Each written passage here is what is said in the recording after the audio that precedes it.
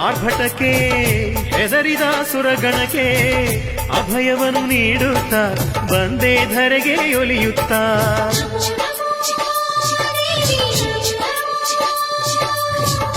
ಅಂಜಿದ ಮನಗಳಿಗೆ ಕರುಣೆಯ ಕಣ್ಣೊಳಗೆ